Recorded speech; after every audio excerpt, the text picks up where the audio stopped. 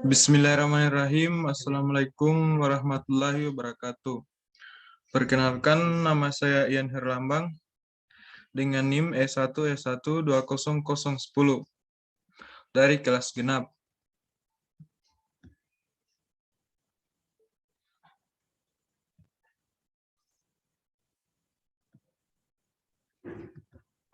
Langsung saja, di sini saya akan menjelaskan atau mempresentasikan soal ujian tengah semester jaringan komputer. Untuk nomor pertama, sebutkan 5 jenis jaringan komputer secara umum. Di sini saya sudah menyusunnya. Ada jaringan PAN, Personal Area Network, ada jaringan LAN, Local Area Network, ada jaringan CAN, Campus Area Network, ada jaringan MAN, Metropolitan Area Network, ada internet. Untuk penjelasannya, Personal Area Network, jenis jaringan ini mencakup wilayah yang lebih kecil, misalnya saja pada kantor dan rumah. Biasanya banyak digunakan hanya untuk keperluan internet, serta printer, dan tidak memerlukan proses yang besar untuk menggunakan jaringan PAN. Untuk bagian kedua, LAN atau Local Area Network. Jaringan LAN berfungsi untuk menghubungkan perangkat jaringan dalam kondisi jangkauan yang relatif kecil. Seperti contohnya penerapan jaringan LAN, yaitu sistem jaringan pada sekolah, kantor, maupun rumah. Banyak orang yang cenderung menggunakan konektivitas tertentu, terutama pada token ring dan Ethernet. Selain itu, LAN juga menyediakan teknologi jaringan wireless dengan menggunakan Wi-Fi dan lebih dikenal dengan WLAN atau Wireless Local Area Network. Untuk yang ketiga, CAN atau Campus Area Network. Jaringan CAN dapat dibilang memiliki kesamaan dengan MAN, namun lebih terbatas dalam ruang lingkup kampus atau akademis. Untuk jaringan ini lebih banyak digunakan untuk keperluan praktek lab, email, pembaruan kelas, dan lain sebagainya. Untuk jaringan selanjutnya yaitu MAN, Metropolitan Area Network. MAN adalah jaringan yang menghubungkan antara satu perangkat komputer dengan perangkat yang lain dalam ruang lingkup kota pada jaringan yang sama. Jenis jaringan ini lebih besar dari jaringan LAN.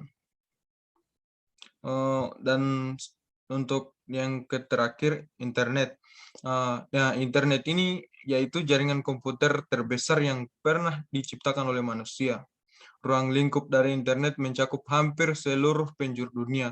Siapapun dapat mengakses berbagai sumber informasi dalam berbagai perangkat komputer seperti PC, smartphone, laptop, tablet, TV, dan lain sebagainya. Lanjut ke bagian nomor 2, di mana soalnya sebutkan sebuah komputer memiliki IP address 192.168.2.0. Tentukan dan jelaskan. Bagian A, kelas apa IP tersebut. Untuk bagian B, network ID. Untuk bagian C, host ID. Untuk D, broadcast ID. Untuk penjelasannya, di sini IP address class dan range for first byte. Untuk bagian kelas A, 1 sampai 126. Untuk kelas B, 128 sampai 191. Untuk kelas C, 192 sampai 223.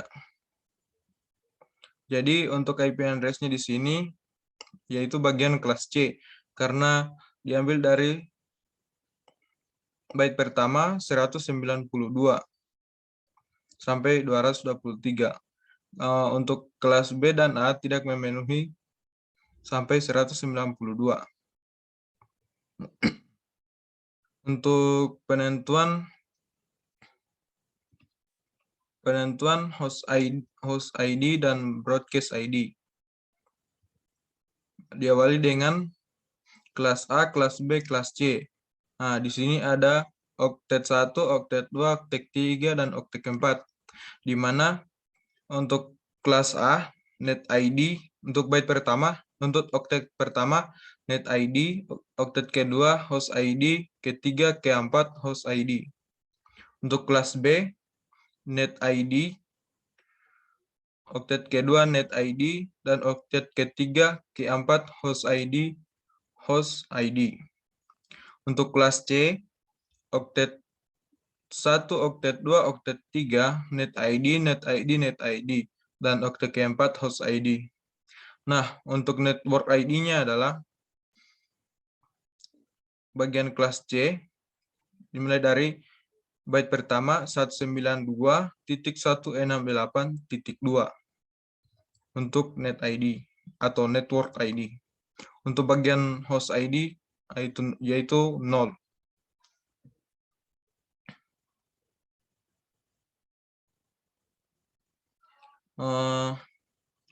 Untuk broadcast ID dari 192.168.2.225. Untuk broadcast ID-nya adalah 225. Lanjut ke penjelasan bagian nomor 3. Jelaskan karakteristik dari WAN.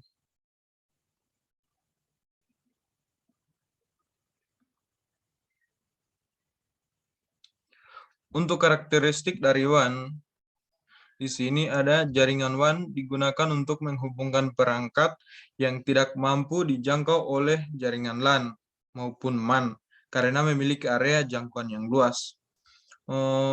Untuk karakteristik yang kedua, jangkauan area jaringan WAN sangat luas.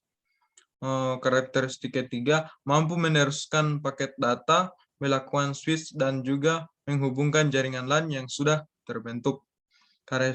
Karakteristik keempat, memanfaatkan beragam koneksi serial sehingga meski lokasinya berjauhan, tetapi tetap mampu mengakses bandwidth.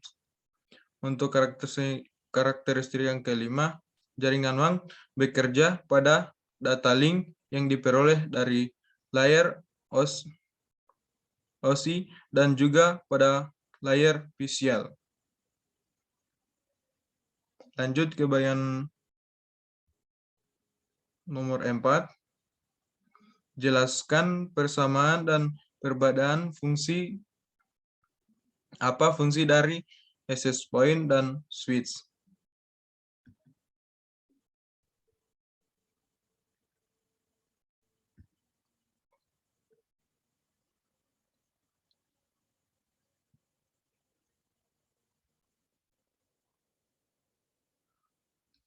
Untuk fungsi access point, fungsi access point sebagai dynamic host configuration protocol atau disingkat DHCP. Server yang dapat memberikan address di setiap perangkat terhubung. Ada juga fungsi yang lain untuk mengatur akses yang ada di suatu perangkat berdasarkan match address. Fungsi access point juga untuk memberikan fitur keamanan web, wireless aplikator protokol, pengamanan jaringan nirkabel dengan autentifikasi. Ini merupakan kunci yang diberikan untuk chain pada access point. Sementara itu, web merupakan metode keamanan yang dibuat untuk melengkapi web dengan menambahkan description. Fungsi access point juga untuk menghubungkan jaringan lokal nirkabel dengan jaringan kabel.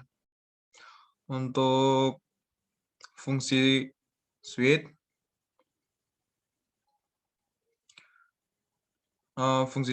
yaitu address learning. Switch mampu mencatat alamat mesh dari perangkat jaringan komputer yang terhubung dengannya. Jadi saat data terkirim diterima oleh switch, maka data tersebut secara otomatis dicatat berdasarkan alamat MAC pengirim. Kemudian mempelajari rute data sebelum diteruskan agar lebih terarah. Menyaring data frame, looping avoidance, jenis-jenis. Untuk menyaring data frame, selain kemampuan mencatat match and rest, switch mampu menyaring dan meneruskan data frame atau paket data yang diterima menuju alamat yang dituju, ke MAC address mana, dan port keberapa, sehingga data tidak bertabrakan. Untuk looping avoidance berfungsi saat switch salah menerima data dan tak dikenali tujuannya. Umumnya terjadi akibat kesalahan pengkoneksian kabel port switch, sehingga terjadi looping perputaran pada port. Switch dapat mencegah dengan memblok salah satu port yang terkoneksi ke perangkat lain.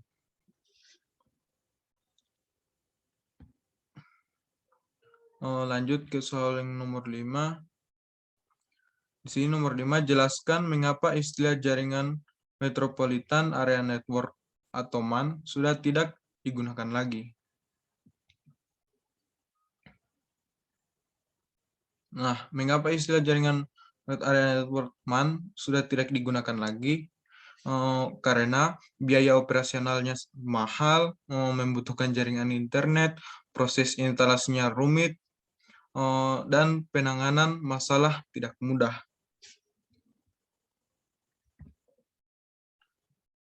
Untuk penjelasan yang ke-6 atau soal terakhir, jika dalam sebuah tempat terdapat 256 komputer dan kita ingin menghubungkan semuanya dalam sebuah LAN.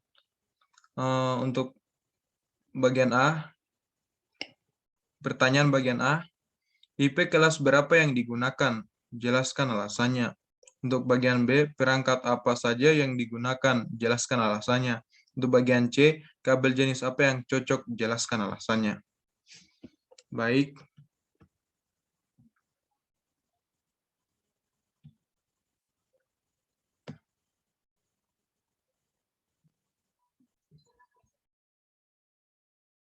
Jadi di sini untuk penentuan IP kelasnya dari kelas C, yaitu jumlah host per networknya 254, untuk kelas B 65.000, sedangkan untuk kelas A 16 juta.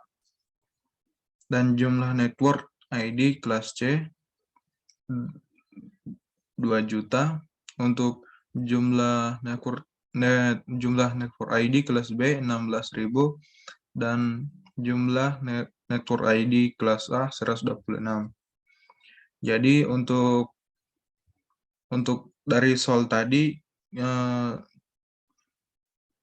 jika di dalam sebuah tempat terdapat 256 komputer dan kita ingin menghubungkan semuanya dalam sebuah LAN.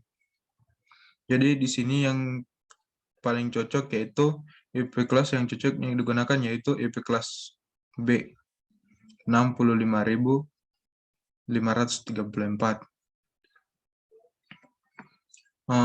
Lanjut ke bagian B, perangkat apa saja yang digunakan. Jadi perangkat yang digunakan itu